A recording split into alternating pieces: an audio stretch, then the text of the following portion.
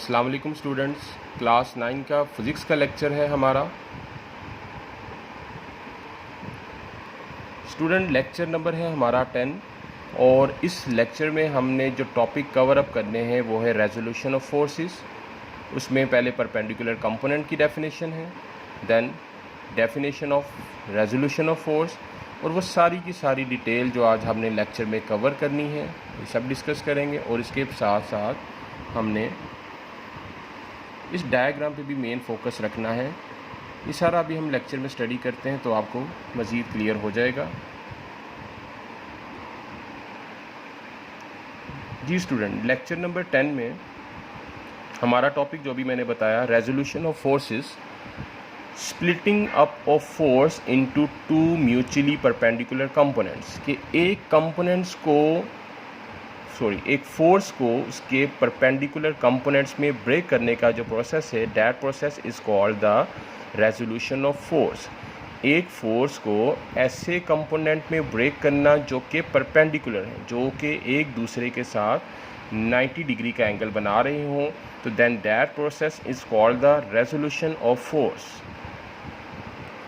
अब स्टूडेंट, ऊपर हमने बात की परपेंडिकुलर कंपोनेंट्स की, तो ये परपेंडिकुलर कंपोनेंट्स होते क्या है?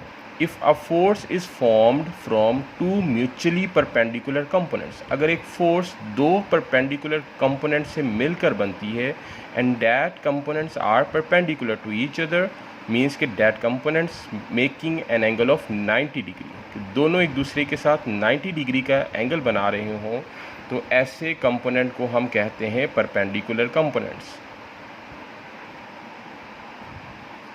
स्टूडेंट, इसकी एक्सप्लेनेशन में हम एक फोर्स लेंगे जो कि एक्स एक्सिस के साथ एक एंगल बना रही है। अभी मैं आपको डायग्राम दिखाता हूँ, उसमें शो किया गया होगा। उसके बाद हम पॉइंट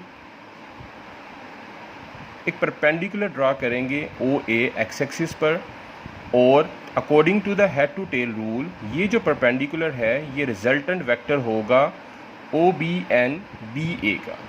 तो सो वी कैन राइट के OA is the resultant of both OB and BA।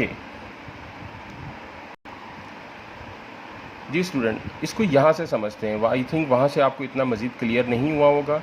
ये एक फोर्स है जिसको हमने OA से रिप्रेजेंट किया हुआ है। A से हमने परपेंडिकुलर AB ड्रॉ किया। उसके बाद हम इस फिगर आउट में देखें तो ये दो फोर्स के कंपोनेंट है, एक ये कंपोनेंट है और एक ये कंपोनेंट है। This component is called the X component because ये एक्स एक्सिस के साथ है, and this component is called the Y component because ये वाई एक्सिस के साथ है। तो स्टूडेंट, ऊपर यही लिखा हुआ है कि F is the resultant of F X and F Y, कि ये जो वैल्यू है या ये जो वेक्टर है ये इन दोनों वेक्टर का रिजल्टेंट वेक्टर है, और एफ एक्स और एफ वाई एक दूसरे के साथ परपेंडिकुलर यानी 90 डिग्री का एंगल बना रहे हैं, इसीलिए इन दोनों कंपोनेंट्स को हम परपेंडिकुलर कंपोनेंट्स कहेंगे। ठीक है स्टूडेंट्स, आगे हम इनकी वैल्यूज़ को कैलकुलेट करेंगे कि एफ एक्स कंपोनेंट की वैल्यू क्या है और एफ वाई कंपोनेंट की वैल्यू क्या है। स्टूडेंट, एक्स कंपोनेंट की वैल्यू कैलकुलेट करने के लिए हम ट्रिग्नोमेट्रिक रेशियो है हमारे पास कोसाइन इसको कहते हैं, that is equal to base and hypotenuse. Triangle के अंदर ये वाला पोर्शन बेस कहलाता है, ये परपेंडिकुलर कहलाता है और ये हाइपोटेनस कहलाता है। अब हमने क्या करना कि इनकी वैल्यूज़ फिलअप करनी है। बेस ओ बी के इक्वल है, ओ बी लगा दिया। हाइपोटेनस ओ ए, तो यहाँ पर ओ ए लगा दिया। नेक्स्ट प्रोसेस में हमने देखना है कि ओ ए किसके इक्वल है, एफ के, उसकी जगह पर एफ लगा दिया। ओ बी किसके इक्वल है, एफ एक्स के, तो उसकी जगह पर एफ एक्स लगा दिया। अब यहाँ से ये फैक्टर जब उधर जाएगा तो उधर जाके मल्टीप्लाई हो जाएगा, तो हमारे पास जो रिलेशन आ जाएगा एक्स कंपोनेंट का, F X is equal to F cos theta. इस तरीके से ट्रिग्नोमेट्रिक की रेशियो कोस लगाकर आप एक्स कंपोनेंट का मैग्नीट्यूड निकाल सकते हैं। स्टूडेंट, बिल्कुल इसी तरीके से आप वाई कंपोनेंट का मैग्नीट्यूड निकाल सकते हैं by using the sine ratio, and sine ratio is equal to perpendicular over hypotenuse. Perpendicular अभी डायग्राम में देखते हैं किसके इक्वल है, ए बी के, और हाइपोटेनस किसके इक्वल है, ओ ए के। तो A B over O A B जो है स्टूडेंट हमारे पास वाई कंपोनेंट है जो कि एफ वाई है, और ओ ए डायग्राम में रिप्रेजेंट करता है हमें एफ को।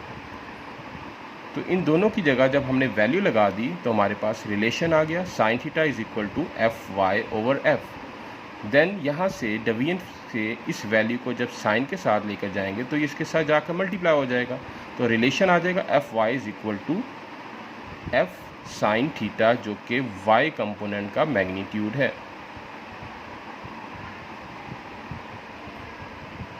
स्टूडेंट, उर्दू मीडियम वाले स्टूडेंट को लेक्चर नंबर 9 का व्यू दिखाया ना, भूल गया था, तो आप पहले व्यू देख लीजिए लेक्चर 9 का कि आपने क्या काम करना था इसमें। Parallel forces, like parallel forces, unlike parallel forces, then resultant force, इसके बाद ये head to tail rule, highlighting से हाईलाइट किया हुआ मैंने, आप देख लीजिएगा, इतना ही करना है। उसके बाद ये आपने इसकी डायग्राम को भी फोकस करना है। और स्टूडेंट, लेक्चर नंबर 10 का जो पोर्शन आपने करना, अमूदी कंपोनेंट्स, रेजोल्यूशन ऑफ फोर्स, इसकी कुछ डिटेल, इसके साथ डायग्राम, आगे आएंगे तो आपने जो पोर्शन करना है वो भी मैंने हाईलाइट किया हुआ है, तो आप बड़े क्लियरली इसको देख सकते हो। आज का हमारा यहाँ तक लेक्चर था। ठीक है स्टूडेंट।